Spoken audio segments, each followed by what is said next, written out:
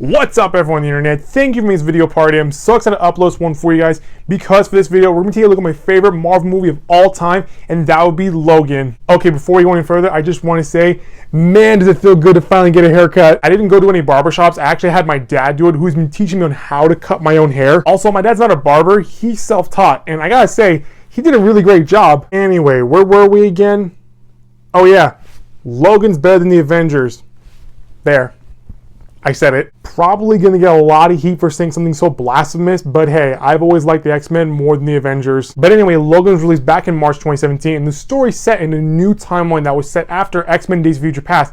And in this timeline, we see that the year is 2029, and the mutants are practically gone. For whatever reason, the mutant population just stopped dead in its tracks and began to decrease, leaving only a few mutants left in this world. 3 of whom include Logan, who is struggling with adamantium poisoning, probably because he's lived for more than 100 years now, and has now reached the point where he's not healing like he used to, which means that with every fight that he goes through, he's one step closer away from dying. You also have Charles Xavier, who is suffering from Alzheimer's, and when you mix that with someone who has the power to read minds, that's going to cause a lot of problem for everyone around him. And you also have Caliban, who kind of serves as a helping hand for wherever Logan has to go off to work in order for him to make enough money to buy a boat for the 3 of them so they can just sail off into the sunset. But as it turns out, Caliban's weakness is sunlight, so it looks like he'll be spending most of the day below deck like Nosferatu. Anyway, within the first few minutes of the movie, you see that making this movie R-rated seemed really fitting, because in the opening scene, you get to see Wolverine go full-on berserk as arms and limbs are flying across the screen and blood's being splattered everywhere. And as you get past the opening scene, you really see how Logan is struggling and living in this new world, where we see him working as a limo driver and tries to make as much money as possible in order for him to buy the boat for him and his friends. But later on, we find out that the mutants aren't entirely gone, because we get the introduction of Laura, aka X-23, who's basically this little girl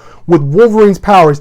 And my god, watching her hack and slash through several mercenaries is freaking crazy. As it turns out, Laura is a clone from Logan's DNA and was practically born and raised in the lab along with several other kids that are clones from other mutants, but managed to escape and are now trying to cross over into Canada. And at first, Logan isn't really interested in helping out this little girl, but when she offers him a lot of money, he really can't refuse. I mean, he needs the money to buy the boat for him and his friends, so Logan decides to take Laura all the way to the Canadian border, where she will meet up with the other mutant kids, with Charles tagging along with them. However, when Logan, Charles, and Laura start this journey, they're down south of the Mexican border, which means they're going to have to travel up north across America in order to get to the Canadian border. And for me, this is what makes this story so incredible, because while the plot does have these characters fight off against several mercenaries in some really bloody action scenes, the story really focuses on these 3 characters traveling from point A to point B, and along the way you get to see how both Logan and Charles are just struggling to stay alive in their old age. Honestly, this movie felt like an old Western film, because we're basically watching these 2 characters who we have grown up watching since 2000s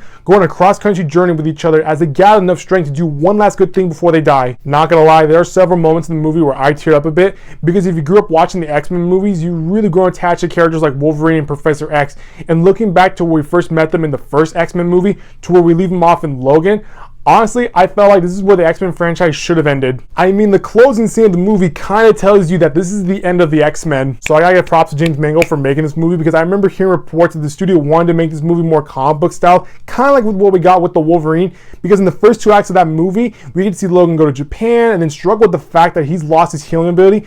But when we get into the 3rd act of the film, the movie kind of loses sight of the original concept and then decides to give us forgettable villains, ninjas, and even a robot samurai. And I also remember hearing reports that the studio wanted to have Mr. Sinister in the movie, who was a big X-Men villain. And if that would have happened, I feel like this film would suffer the same fate as the Wolverine, to where we have 2 really good solid acts and then a goofy 3rd act. So hats off to James Mangold for giving us a more grounded story that was more character-centric around a very popular comic book hero, while also making it feel like an old Western film. Overall, I really love this film, and in my opinion, this is the best Marvel movie. I mean, this movie is so good that I think this is the first comic book movie to get nominated for Best Screenplay, and if this movie is good enough to get an Oscar nomination, that says a lot for when you compare it to other comic book movies. Well, that's going to do it for this video, guys. That was my overall review for Logan. If you like what you saw, click on the subscribe button so you can get all these updates from this channel. I'll see you next time with a brand new video. Bye-bye.